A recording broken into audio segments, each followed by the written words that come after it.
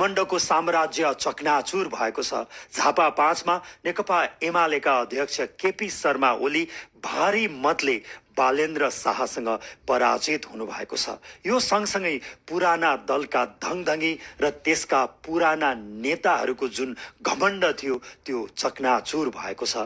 झापा 5 मा मात्रै होइन, देशैभरि जनताले पुराना नेता र दलहरूलाई यसपालि पाखा लगाएका छन्। नयाँ शक्तिको रूपमा उदाएको र त्यसमा पनि काठमाडौँ महानगरपालिकाका पूर्व मेयर बालेन्द्र शाह जोडिएपछि घण्टी अर्थात् राष्ट्रिय स्वतन्त्र पार्टीप्रति जनताको लहर छाएको छ। अहिलेसम्मको मतगणना हेर्दाखेरि 50 वटा जति सिट राष्ट्रिय स्वतन्त्र पार्टीले जितिसकेको छ र समानुपातिकमा पनि मत ल्याउने क्रम उत्तिकै छ। यही गतिमा अगाडि बढ्यो भने राष्ट्रिय स्वतन्त्र पार्टीले एकल बहुमत ल्याउन सक्ने सम्भावना निकै नजिक आइपुगेको छ। हामीलाई यो निर्वाचनको कभरेज गर्नका लागि अबामा समानुपातिक र प्रत्यक्ष गरी 275 वटा सिट छ, जसमा बहुमत ल्याउनका लागि 138 सिट ल्याउनुपर्छ।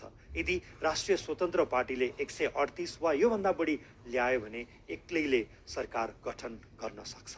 नेपालको इतिहासलाई फर्केर हेर्दा विक्रम सम्वत 2015 सालदेखि नेपालमा संविधान तह प्रतिनिधि सभाको चुनाव भएको थियो र त्यो बेलामा सुरुमा नेपाली कांग्रेसले बहुमत ल्यायो। बीपी कोइराला प्रधानमन्त्री हुनुभयो।